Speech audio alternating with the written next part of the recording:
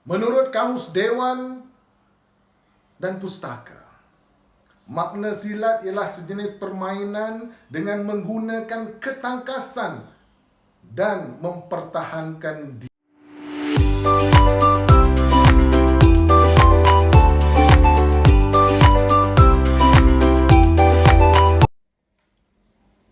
Orang Melayu sangat agung, sangat hebat di suatu ketika dahulu. Situasi ini perlu dibongkar rahsianya. Bagaimana? Assalamualaikum warahmatullahi wabarakatuh. Terima kasih tuan-tuan dan puan-puan yang disayangi Allah Subhanahu wa taala. Bagaimana kita ingin mengetahui suatu ketika dulu orang Melayu ini sangat hebat dan teragung di dunia. Kita rujuk kepada Kerajaan Melayu Melaka yang digambarkan oleh fakta sejarah sebegitu sahaja. Tetapi sebenarnya orang Melayu itu menguasai pembuatan kapal yang hebat. Kita rujuk kepada kapal Sultan Mansur Shah yang ketika berlayarnya begitu besar, apabila Alfonso de Albuquerque tiba sangat terkejut dengan suasana di segitiga emas ini, di Kerajaan Melayu Melaka ini. Orang Melayu menguasai ilmu perkapalan. Orang Melayu membuat kapal yang begitu hebat. Orang Melayu menguasai ilmu perkapalan, di mana pelayar yang hebat, pelaut yang hebat, si Bongkok dan 2-3 nama besar lagi. Perlu diceritakan, perlu dibongkar situasi ini. Bagaimana cerita ini boleh dikuasai, boleh diketahui. Tuan-tuan, Kerajaan Melayu Melaka berdiri kerana Islamnya, kerana kependekarannya. Pendekar-pendekar zaman dahulu begitu hebat, di mana ilmu persilatannya mencecah dunia, menguasai dunia, tuan-tuan. Hari ini, tuan-tuan, dunia persilatan Melayu, dunia persilatan Nusantara ini perlu juga dibongkar rahsianya. Kerana dunia persilatan terdiri daripada 2 kategori. Kategori fizikal yang nampak dan kategori ilmu kebatinan. Tuan-tuan yang dirahmati Allah sekalian, melalui ilmu kebatinan inilah manusia hari ini boleh berhubung dengan kisah, dengan kebatinan orang yang terdahulu daripada kita. Mereka menggambarkan satu suasana di mana wujud sebuah istana yang begitu hebat di Kerajaan Melayu Melaka ini. Yang hari ini bila kita pergi ke Melaka hanya tinggal pintu depan tu saja. Tidak, tuan-tuan. Ada satu tempat di mana sebuah istana yang begitu hebat, yang terkejut apabila orang Belanda, orang Portugis, orang Eropah datang melihat kehebatan seni bena orang Melayu. Kita perlu cari kedudukan asal di mana istana itu, tuan-tuan. Tuan-tuan yang dirahmati Allah sekalian, akar bangsa kita ini kita perlu kebongkarkan, kemukakan agar kita menjadi bangsa Melayu yang dihormati. Agar kita menjadi suatu bangsa yang pernah mencipta sejarah dan akan mencipta sejarah. Itu yang dikatakan oleh Datuk Laksmana Hang Tuah. Takkan Melayu hilang di dunia. Tuan-tuan yang dirahmati Allah sekalian, menurut pendekar-pendekar tua, mereka mengatakan sebuah istana yang hebat, sebuah istana yang besar, yang bersalut emas.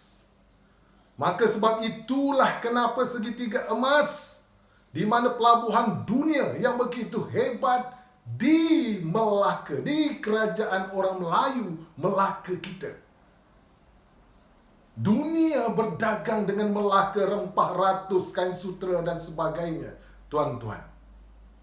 Maka tuan-tuan, kita sama-sama berbicara tentang kewujudan kehebatan orang Melayu ini. Dan bila dunia berdagang dengan kerajaan Melayu Melaka, orang-orang kerajaan Melayu Melaka hebat, maka terkumpul begitu banyak emas sebenarnya di situ. Tuan-tuan, emas itu masih tersimpan sehingga ke hari ini. Dan ada juga usaha-usaha untuk mencari emas itu dan hampir-hampir ditemui. Tetapi perkara ini perlu diselidiki, perlu dihampiri, perlu dibongkari dengan begitu seni. Kerana setiap perkara itu ada penjaganya. Tuan-tuan yang dirahmati Allah sekalian, Portugis sampai ke pelabuhan Melaka terkejut, tergamam. Mereka telah berusaha untuk menyerang Melaka 2-3 kali tetapi gagal kerana kehebatan pendekar-pendekar Melayu ketika itu. Tuan-tuan, apakah nama kapal Sultan Mansur Shah? Itu persoalannya. Bagaimana perkara itu dibina jika tidak menguasai ilmu pembuatan kapal yang begitu hebat? Orang Melayu yang buat. Kapal yang ada daripada Portugis datang ke Melaka, mereka terkejut dengan kehebatan orang Melayu ini. Tuan-tuan, bukan alang-alang pendekar, tuan-tuan, boleh menguasai dunia. Maka dunia persilatan Melayu ini, tuan-tuan, dia berhubung kait antara ilmu kebatinan yang wujud ini menceritakan bahawa perkara ini memang wujud pada hari ini. Apa yang saya sebutkan tadi, memang ada sebuah istana yang begitu hebat. Istana nyata, nampak diceritakan oleh pendekar-pendekar tua. Ada sebuah kapal yang saya sebutkan tadi begitu hebat atas pembinaan orang Melayu itu sendiri. Dan ada pengumpulan emas yang begitu hebat di bawah kerajaan Melayu Melaka ini, tuan-tuan. Perhubungan ini seperti Allah turunkan ilmu itu dalam pelbagai cara dan kepada orang-orang yang dia kehendaki. Maka situasi ini, tuan-tuan, kita perlu bongkar, kita perlu cerita supaya fakta sejarah yang sebenar ini dapat kita kemukakan, dapat kita jelaskan. Kerana perhubungan ilmu kebatinan dan sebagainya ini tidak diterima oleh teknologi. Tetapi perkara ini wujud. Wujud. Contohnya bagaimana orang dirasuk dan sebagainya. Maka tuan-tuan, kita berkongsi pengalaman dan sebagainya. Jadi persoalannya hari ini ialah dunia persilatan itu telah membawa kepada sebuah penubuhan kerajaan yang begitu hebat. Maka mari kita selusuri dunia persilatan ini agar orang-orang yang ada pada hari ini mengagumi kehebatan dunia persilatan Melayu.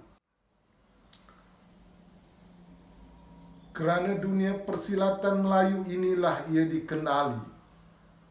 Tetapi penulis-penulis dunia persilatan tidak hidup di zaman itu. Maka hari ini dunia persilatan Melayu dikesampingkan. Maka hari ini dunia persilatan Melayu dinyahkan. Padahal itulah akar bangsa, tuan-tuan. Dan bersiap sedialah untuk menentang musuh yang menceroboh dengan segala kekuatan yang kamu sediakan. Dari pasukan berkuda yang lengkap untuk menggerunkan musuh Allah. dan musuh kamu serta musuh-musuh lain dan mereka yang tidak kamu ketahui, sedang Allah mengetahui. Mafhumnya surah Al-Anfal ayat 60. Tuan-tuan yang dirahmati Allah sekalian, mari kita rujuk makna silat itu, kita rungkai satu persatu. Kerana akar umbi dunia persilatan inilah membawa salah satu faktor keagungan Melayu itu. Silat adalah salah satu daripada seni bela diri Nusantara Melayu yang terkenal di seluruh dunia. Ia setanding dan mungkin lebih baik daripada seni bela diri yang lain-lainnya. Tuan-tuan, dunia persilatan Melayu ini sebenarnya telah wujud puluhan ribu tahun dahulu.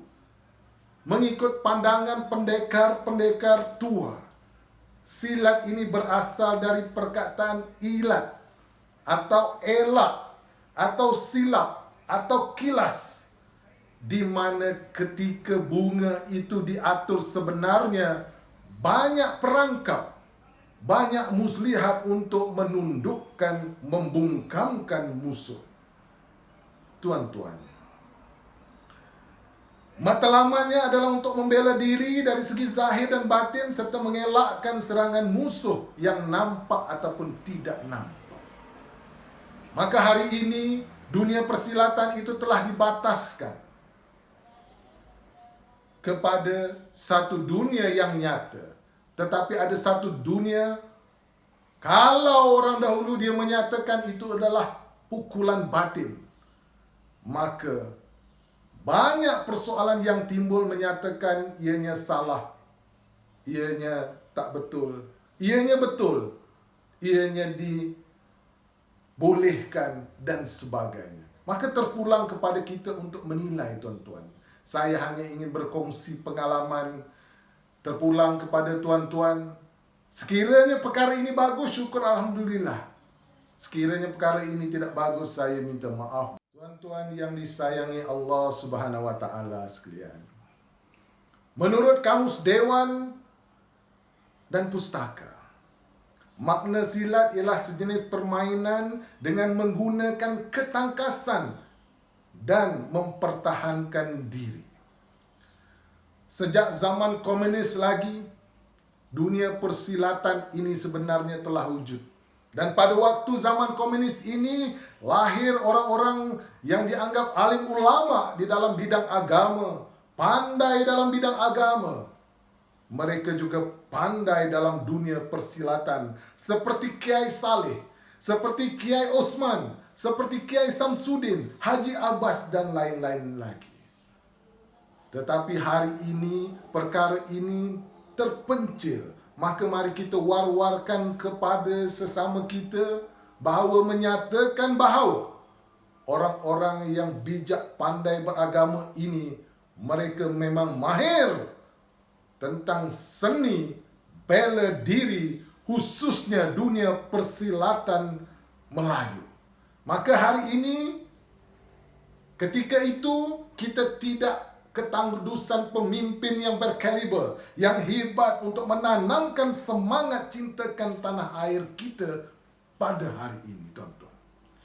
Dunia persilatan Melayu ini sebenarnya lambang bangsa dan seni budaya Melayu yang sudah sebati dan jatuh bangun kerajaan Melayu dan menegakkan kedaulatan bangsa Melayu itu sendiri. Maka sebab itulah lahirnya kerajaan Melayu Melaka yang disegani di seluruh dunia. Maka kita perlu war-warkan ada sejarahnya, di mana yang saya seperti sebutkan di atas tadi, bahawa bukan alang-alang bangsa Melayu ini. Bangsa Melayu ini adalah satu bangsa yang gah, yang kita perlu cungkil sejarahnya melalui ilmu yang ada. Maka tuan-tuan, saya hanya ingin bercerita, menyampaikan, tidak ada tujuan apa-apa. Saya hanya ingin bercerita tentang kebenaran itu.